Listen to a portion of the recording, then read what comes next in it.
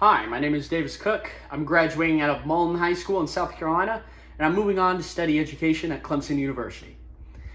Now, if you know anything about education in South Carolina, you probably already know it's not an easy business. Our teachers aren't paid nearly enough for the work that they do. Kids are being shoved into classrooms like they're sardines, and it all falls on the deaf ears of our Republican General Assembly. Now, the cherry on top is South Carolina happens to be a right-to-work state, which means teachers can't even meaningfully organize for better working conditions. However, in spite of that, last year we had a teacher strike, and educators across the state, from Greenville to Charleston, went to the State House in Columbia to advocate on behalf of themselves and their students. Now, the response to this was overwhelmingly positive from people like us. Students, teachers, even janitors wore red in support of the teachers that were putting their necks on the chopping block for educational reform.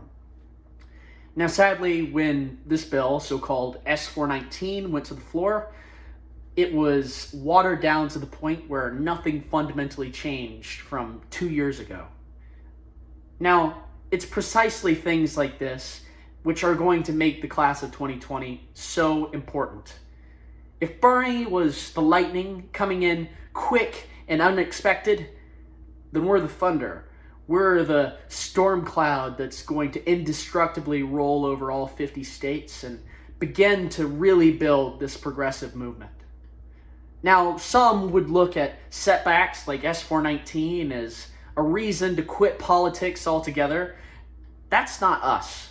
Some would look at how their state has been conservative since their conception and decide to throw their hands up and say they can't do anything. That's not us either. Because politics is more than the horse race of House of Representatives, senators, presidencies. It's also the local stuff that is arguably more important. It's the state legislatures, it's the general assemblies, it's the school boards. Everything that I brought up before now about teachers' pay, about classroom sizes, that's stuff that we can address on the local level, so long as we have a progressive in office that's willing to tackle that challenge. So, as long as we have progressives fighting on every front and willing to fight even the most uphill of battles, the sky is the limit here.